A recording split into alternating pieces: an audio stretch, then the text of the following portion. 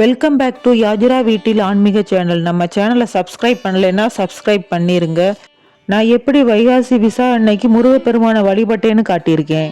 வைகாசி மாதத்துல விசாக நட்சத்திரத்துல தான் முருகப்பெருமான் அவதரித்தாங்க.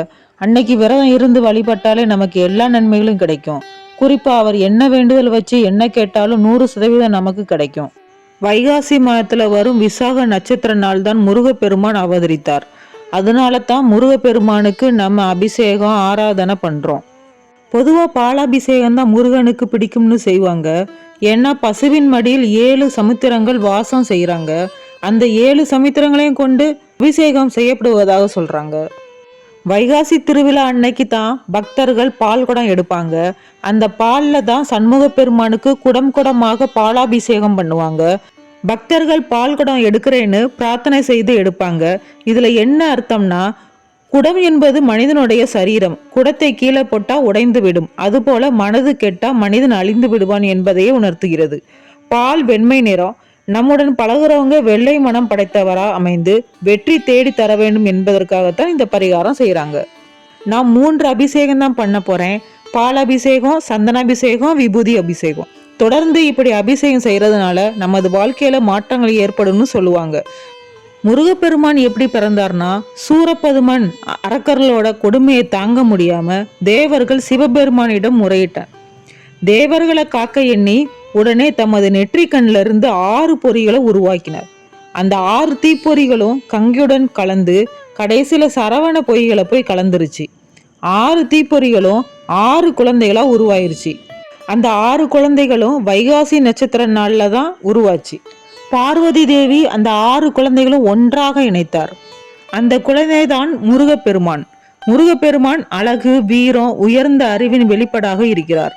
நாம் முருகப்பெருமானுடன் இணைவதற்கு வைகாசி விசாகம் தான் சிறப்பான நாள்.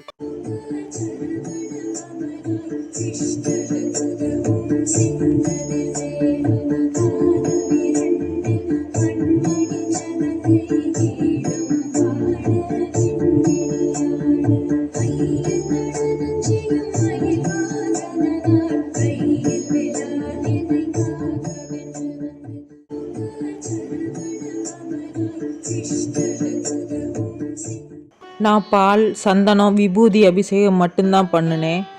முருகப்பெருமானுக்கு ஒவ்வொரு அபிஷேகத்துக்கும் ஒவ்வொரு பலன் உண்டு. விபூதி அபிஷேகம் பண்ணா சகல ஐஸ்வர்யங்களும் கிடைக்கும். சந்தன அபிஷேகம் பண்ணா பெயர், புகழ், அந்தஸ்து கிடைக்கும். பால் அபிஷேகம் பண்ணினா குடும்ப விருத்தி, குல விருத்தி, சகல சௌபாக்கியங்களும் கிடைக்கும்னு சொல்லுவாங்க. கடவுளுக்கு ஏன் அபிஷேகம் பண்றாங்கன்னா, அபிஷேகம் செய்யறதுனால தெய்வத்தோட மனம் குளிர்ந்து நமக்கு வரம் தருவாங்க. உண்மையான நம்பிக்கையுடனும் நேர்மையாகவும் இருந்தாலே முருகப்பெருமான் நினைத்தாலே கூப்பிட்ட குரலுக்கு ஓடி வந்து விடுவார். முருகப்பெருமானுடைய பிறந்த விசாக நாள்ல கடன், நோய், எதிரிகளை விரட்டி நிச்சயமாக நமக்கு அருள் புரிவார். வீட்டிலேயே முருகப்பெருமானுக்கு சின்ன பூஜை செய்யலாம்.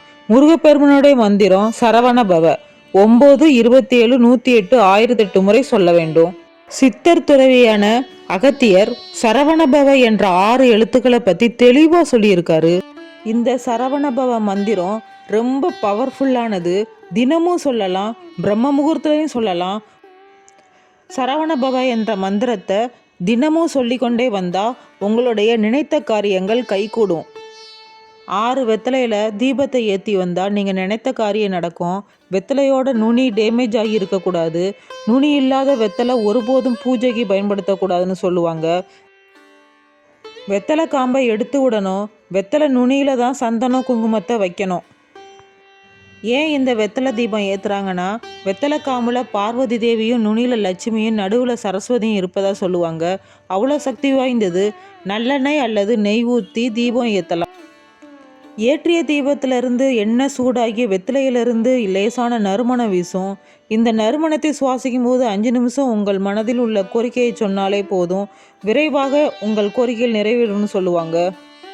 இச்சா சக்தி, கிரியா சக்தி, ஞான சக்தின்னு 3 விதமான சக்தியை உடையவர்.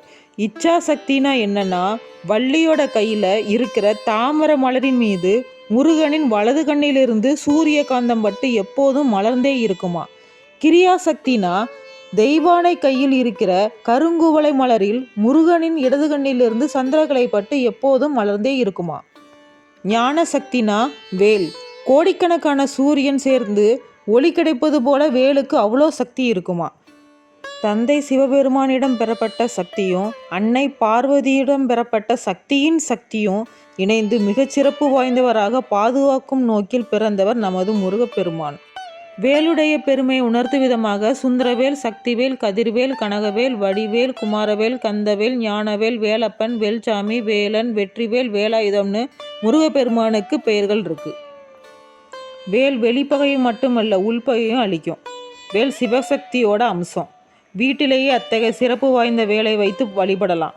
வீட்டில் வேல் இருந்தால் கட்டாயம் அபிஷேகம் பண்ணலாம்.